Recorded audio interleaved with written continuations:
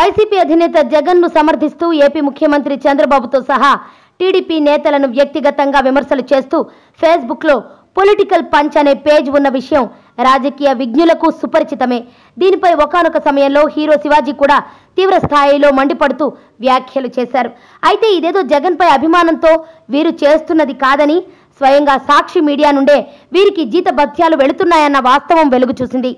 రాజకీయ విమర్శలు చేస్తే సహిస్తాం గాని వ్యక్తిగత దూషణలకు దిగితే ఉపేక్షించేది లేదని ముందుగానే హెచ్చరికలు జారీ చేసిన ఏపీ సర్కార్ ఈ పొలిటికల్ పంచ్ పేజ్ నిర్వహిస్తున్న ఎంటూరి కిరణ్ ను అదుపులోకి తీసుకుని విచారణ చేయగా ఊహించని వాస్తవాలు బయట ప్రపంచానికి తెలిసాయి. సాక్షి మీడియాకు అనుబంధంగా సోషల్ మీడియాలో వైసీపీకి ఓ టీం ఉందని, చంద్రబాబు లోకేష్లపై వ్యక్తిగత విమర్శలు చేయడమే లక్ష్యంగా ఈ టీం పనిచేస్తోందని, అలాగే ఈ టీం మొత్తానికి జీతాలు కూడా సాక్షి మీడియా హౌస్ నుండే అందుతున్నాయని తేలింది.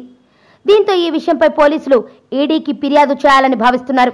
నిజానికి ఇందులో పోస్టులు చూసిన వారు ఒక రాష్ట్ర ముఖ్యమంత్రిని ఈ విధంగా తిట్టినా కూడా ఎవరు ఏమి పట్టించుకోరా అనే రేంజ్లో వ్యక్తిగత దూషణలు చేస్తుంటారు.